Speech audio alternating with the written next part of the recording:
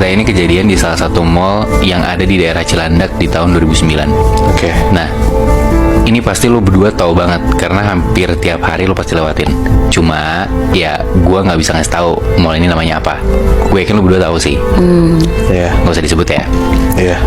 Nah, kejadiannya tuh tepatnya di supermarket yang ada di mall di Cilandak itu. Oke. Oke. Nah, info sedikit, di sebuah supermarket tuh biasanya dibagi ke beberapa divisi. Ada divisi elektronik, divisi makanan, non makanan, divisi fresh yang isinya sayuran dan buah-buahan, terus ada divisi keamanan sama divisi kasir. Oke. Yang mana semua itu kayak dipimpin sama store manager lah, ada satu orang pasti kepalanya kan. Iya. Oke. Nah, kejadian janggal di supermarket ini tuh awalnya terjadi di bagian kasir. Di mana nilai penjualan di satu hari yang tercatat di komputer dengan duit real yang masuk itu hasilnya beda, nggak balance. Oke. Jadi duit itu kayak pada hilang sampai kayak beberapa hari selisih 200-300 ribu tuh selalu ada. Nah, si kepala divisi kasir itu nanya ke semua karyawannya di divisi kasir dan gak ada yang mau ngaku kenapa uangnya bisa beda, nggak balance gitu. Sampai akhirnya si kepala divisi kasir itu, sebut aja Mbak Lia, dia ngelaporin hal ini ke store manajernya, sebut aja namanya Pak Asep. Dia ngasih tahu tentang kejadian uang-uangnya nggak balance tapi karyawannya nggak ada yang mau ngaku. Nah, tapi si Mbak Lia ini juga bilang ke Pak Asep, sebelum dia datengin Pak Asep itu, ada tetangganya Mbak Lia yang belanja di supermarket bilang ke Mbak Lia kalau di supermarket kita itu ada yang ngejailin. Maksudnya jailin? Jadi kayak ada hal-hal gaib yang terjadi di supermarketnya dia. Oh. Nah, Mbak Lia bilang kayak gitu karena tetangganya ini tuh emang indigo. Gitu. Nah, di situ tuh Pak Asep tuh dengernya skeptis. Karena sebelumnya emang udah pernah kejadian nih, uang kasir hilang. Tapi ternyata hilangnya itu gara-gara ulah salah satu karyawan kasir yang ngambil. Jadi kayak Pak Asep skeptis dong, ya nggak mungkin gaib, pasti ada yang ngambil lagi gitu kan. Iya. Nah, dari situ Pak Asep tuh nyoba buat ngecek ke ruang CCTV. Nah, di situ Asep minta ke kepala keamanan, sebut aja namanya Pak Made, buat ngebantuin Pak Asep ngecek CCTV bagian kasir bareng-bareng berdua. Nah, mereka berdua ngecek CCTV itu seharian dan emang bener, ternyata nggak ada tanda-tanda satupun divisi kasir ini ada yang ngambil duit. Nah, di situ tiba-tiba Pak Asep tuh keinget sama kata-kata Mbak Lia yang bilang kalau supermarket mereka tuh ada yang ngejailin. Iya. Di situ Pak Asep nanya ke Pak Made, Pak Made percaya nggak sama hal-hal gaib? Pak Made jawab, ya kami kalau di Bali sih percaya Pak. Emang kenapa? Di situ Pak Asep cuma jawab, nggak apa-apa Pak Made. Ya udah lanjut aja kerja. Udah tuh akhirnya hari udah malam, supermarket tutup. Nah, besok paginya karyawan tuh semua pada siap-siap kan buat ngebuka store gitu kan.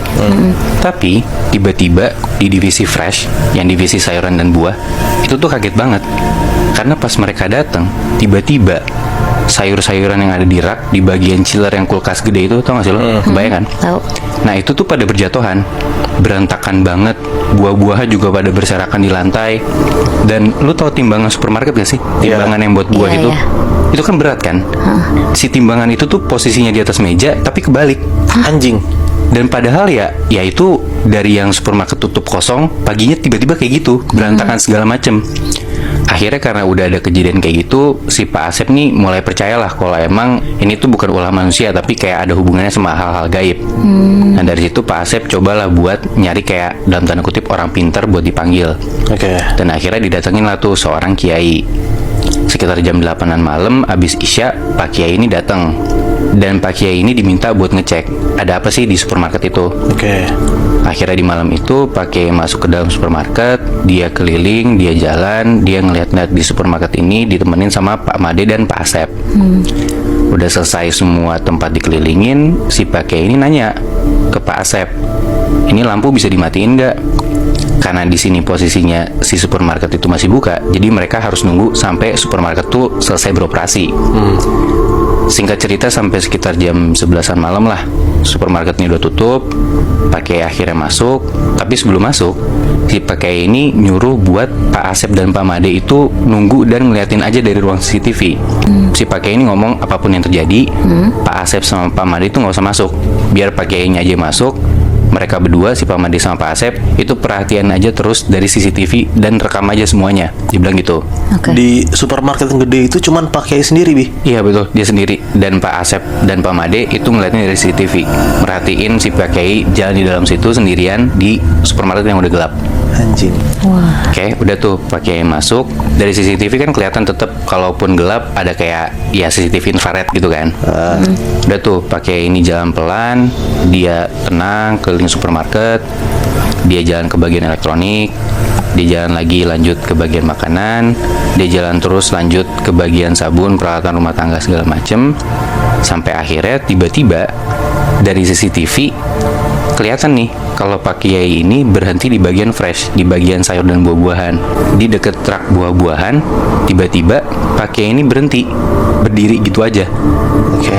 Dan gak lama setelah itu, tiba-tiba Pak Kiai ini kelempar ke belakang, mental gitu aja. Gak ada yang dorong. Gak ada yang dorong. Bangsat. Pak Asep sama Pak Made tuh kaget banget. Dan Pak Made langsung kayak mau gerak buat datengin Pak Kiai ini kan, kayak buat bantu gitu.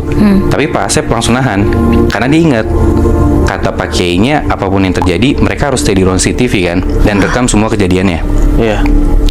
Nah nggak lama setelah itu kelihatan tuh di CCTV kalau Pak Kiai ini berdiri lagi, dan Pak Kiai ini pelan-pelan ngangkat tangannya nunjuk ke arah depan dia. Dan di situ Pak Kiai ini tuh nunjuk ke arah chiller sayuran kayak rak kulkas gitu. Seakan-akan kayak Pak Kiai ini ngasih tahu ada sesuatu di chiller itu. Dari situ angle CCTV tuh digeser sama Pak Asep ke arah chiller. Dan di situ seketika Pak Asep dan Pak Made ini diem. Dan gak lama mereka saling tengok dan tatap-tatapan. Seakan-akan mereka tuh gak percaya sama apa yang mereka lihat. Emang dia lihat apa?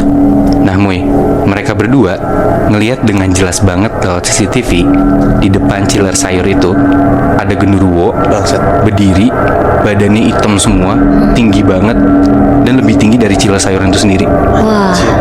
Dan gak lama dari situ, Pak Kiai ini kayak sesantai itu jalan keluar supermarket ke arah ruang CCTV tempat Pak Made dan Pak Asep.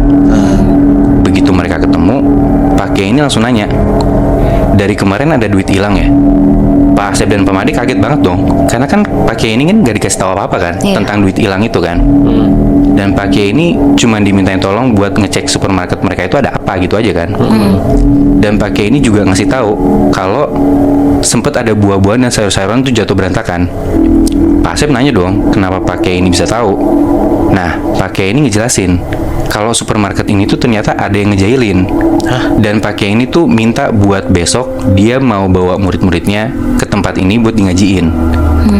Singkat cerita, besokannya malam setelah udah selesai beroperasi, supermarket udah tutup, supermarket ini di ngajiin. Pak Kiai ngaji di bagian sayur dan buah-buahan. Dengan posisinya tuh Pak Kiai sama murid-muridnya itu tuh duduknya ngelingker gitu loh, Muinat. Oke. Bayang gak sih? Iya. Ngelingker di bawah lantai. Iya. Nah, sedangkan Pak Asep dan Pak Made itu perhatiin lagi dari ruang CCTV. Sampai sekitar jam 12-an malam, tiba-tiba dari CCTV itu Pak Asep dan Pak Made itu ngelihat di tempat Pak Kiai dan murid-muridnya yang lagi ngaji, dengan keadaan mereka duduk ngelingkar gitu, di tengah-tengah mereka yang lagi ngaji itu berdiri genderuwo. Anjing. Dan si genderuwo itu berdiri sampai sekitar jam 2-an pagi. Diem gitu aja. Diem gitu aja. Jadi 2 jam. 2 jam. Dan di situ posisinya Pak Kiai dan murid-murid itu terus ngaji gitu aja. Sampai sekitar jam 2-an lewat itu tiba-tiba genderuwo itu hilang gitu aja.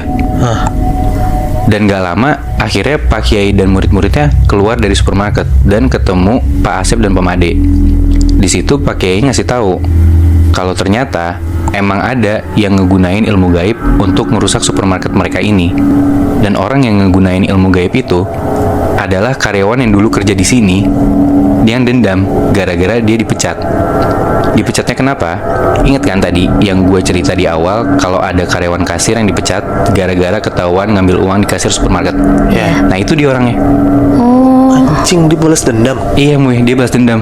Dia balas dendamnya dengan cara setelah dia dipecat itu, dia belajar ilmu sampai akhirnya dia nyantet si supermarket itu sendiri. Tapi kayaknya gue tahu deh mall yang lo maksud ini namanya apa, Bi. Dan lo juga yakin kan, Moy, mall yang gue ceritain itu apa? Iya. Karena gue juga tahu mall yang lo maksud. Karena kita udah sama-sama tahu mallnya di mana aja. Kira-kira kalian berani nggak ngedatengin mall itu dan ngebuktiin sendiri kejadian-kejadian yang tadi udah kita ceritain?